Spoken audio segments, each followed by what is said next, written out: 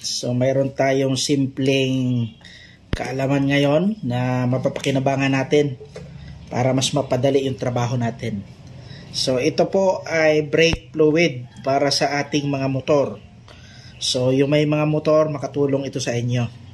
So minsan mahirap magsalin ng brake fluid, natatapon, at kapag natapon yan at tumulo sa ating play rings, masisira yung play rings ng motor natin. Kaya gagamit po tayo nito. Ayan, ito ay product ito ng Harden. Bali para siyang oil pump. Yan. So ilalagay natin dito yung brake fluid natin para kapag magsasalin tayo ng brake fluid sa ating motor, magpapalit tayo, maglilinis, ay hindi po tayo mahirapan. Yan. So isalin po natin dito. Ayan.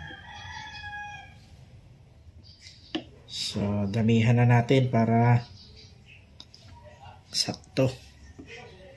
Ayan. Tapos tatakpan po natin yan.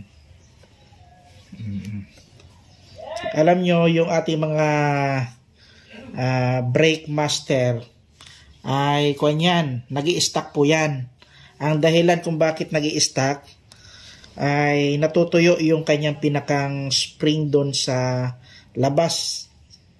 At kapag kinalawang yon, mas lalo siyang humihigpit, na-stack siya. Kaya kailangan linisin natin, tapos lagyan natin ng brake fluid para yan yung pampadulas niya doon.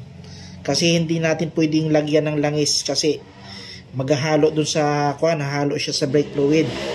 Kaya mas maganda na purong brake fluid yung nakalagay doon. Ngayon, hindi natin malalagyan ng brake fluid yon kung wala po tayong ganitong nozzle, mahabang nozzle na yan.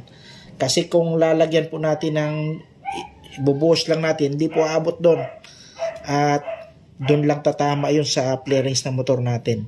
Tutulo siya doon. Pero kapag may ganito, maisisingit natin ito doon sa pinakang yung mahirap na parte.